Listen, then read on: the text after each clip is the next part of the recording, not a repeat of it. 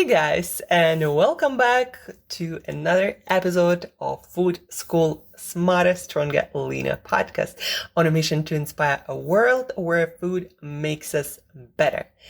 Guys, I didn't release a new episode yesterday because I was spending quite a lot of time recording this new course for an audio platform, Listenable. This is a new platform where you could go and listen to different courses while doing other stuff. Like maybe if not commuting these days, a lot of people aren't commuting, but doing some work around the house, going for your regular walks, doing some exercise, all these things that don't require a lot of brain power and you wouldn't mind learning something while doing them.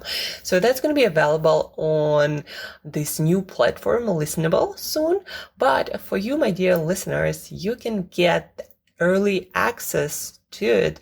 Just email me and I'm going to send you a link back to my Google Drive. And you can listen to all the 11 lessons. And what's the course, you might ask? Fat Loss 2.0 or Fat Loss by Science. So in this course, in just 11 lessons, on average, every lesson is about 5-6 minutes. You're going to learn all the recent developments, studies, science that I've been learning, I've been using with my clients. So all the science that makes fat loss more effective, easier, and also what's really important, it helps you to rebuild your lifestyle with these core habits that help you to lose weight, to lose fat specifically, and maintain this progress. So if you'd like to have an early access absolutely free, just email me, angela@createyourself.today. As a listener of this podcast, as a regular, you get this gift. Absolutely free for you to use and share, and of course get the benefits, get the results from it. So email me, angela@createyourself.today. Today also we will talk a little bit more about the science of fat loss. So guys, today we are talking about the specific vitamin, B vitamin. And why are we talking about it and fat loss? So you see, B vitamin, also known as riboflavin, we need it to burn fat for energy, actually twice as much. We need riboflavin for a lot of other functions. To give you a better idea, for example, what we need it for is essential for the body to produce energy to meet its requirements, but specifically, as we just mentioned, it's important to make energy from fat when we are burning it, trying to lose weight. So riboflavin is also an antioxidant, which means it provides protection against potentially damaging chemicals, free radicals, that can cause dangerous modifications within the body. Riboflavin is one of the many nutrients thought to reduce the risk of certain neurological conditions such as Parkinson's, multiple sclerosis, migraines. So also needed for that, guys. And it contributes also to normal vision, to your healthy red blood cells creation, the ones that carry oxygen around our body, oxygen that is important also for energy creation. So riboflavin. Let us read something interesting about that. I'm just pulling up all of my databases where I usually do the research. So losing weight increases our need for riboflavin by 60% during the active weight loss. Doing 20-50 minutes of cardio 6 days a week increases our need for riboflavin by 60%. Doing both cardio and losing weight together doubles our riboflavin requirement. But the thing is, guys, about riboflavin, why I'm talking about that?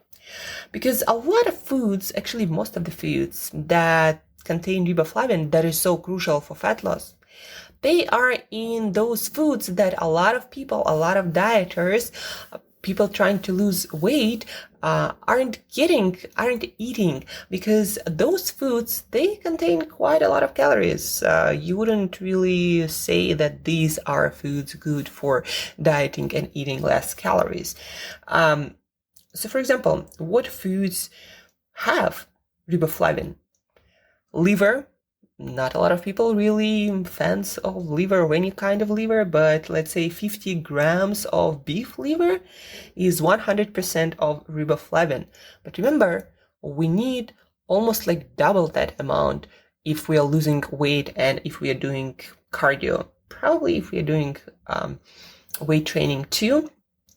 But in these databases created by nutrition scientists, they say that specifically for cardio.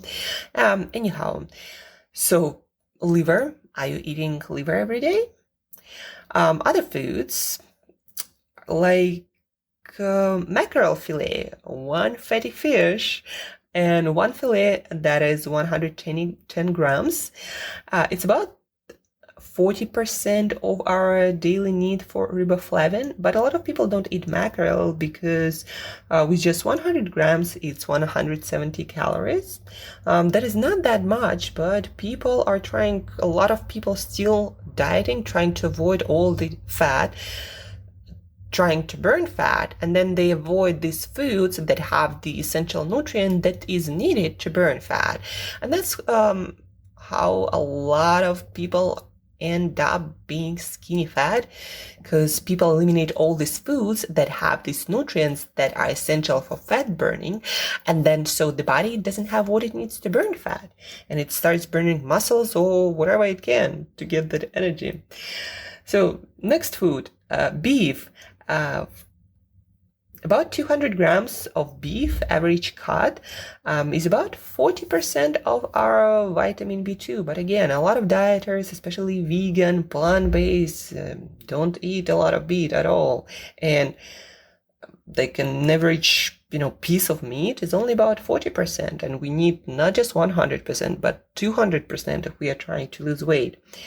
Then we have plain yogurt, a cup of plain yogurt, about 200 milliliters.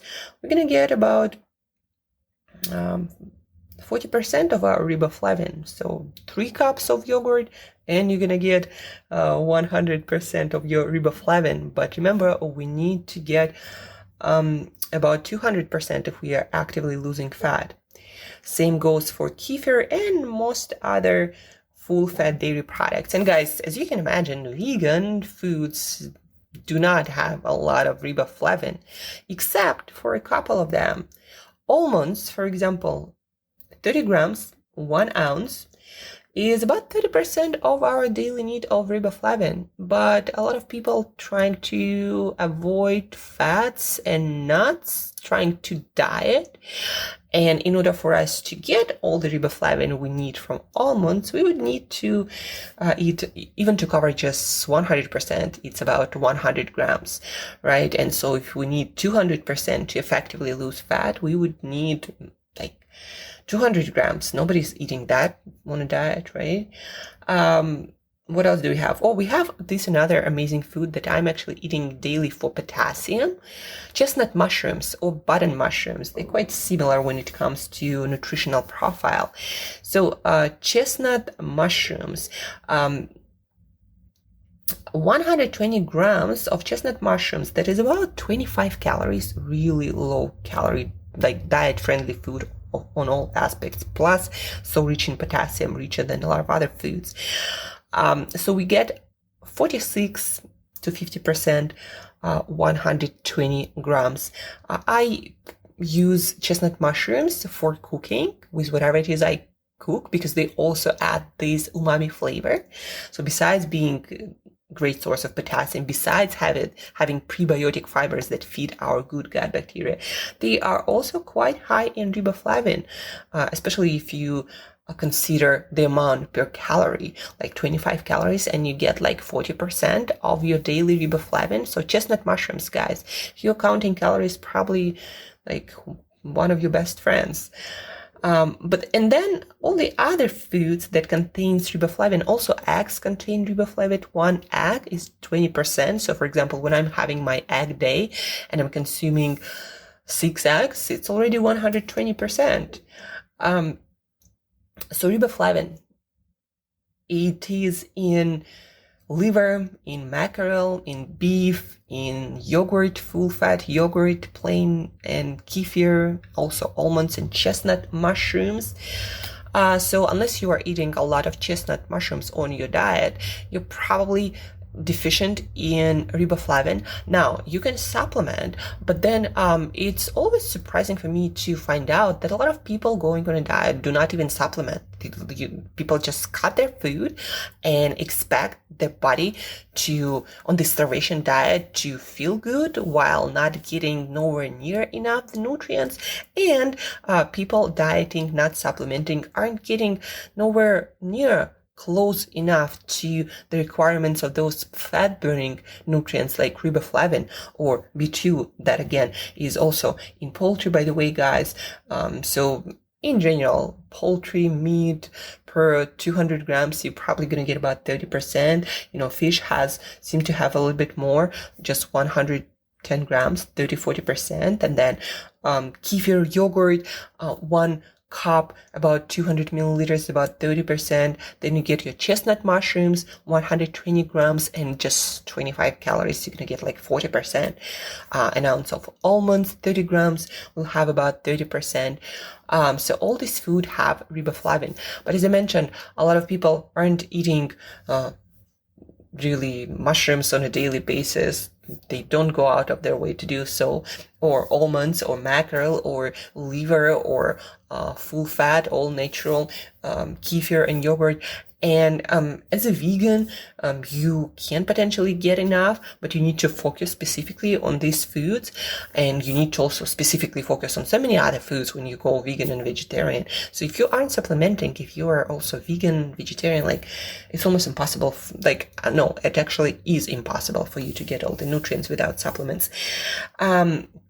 So today, it's about riboflavin. It's about fat burning. It's about the science of fat burning, and riboflavin, or B2, is one of those vitamins that are essential for fat burning. And so why I call it fat loss by science, because if you are truly interested in losing fat, you do need to know this fact, that you need riboflavin or B2.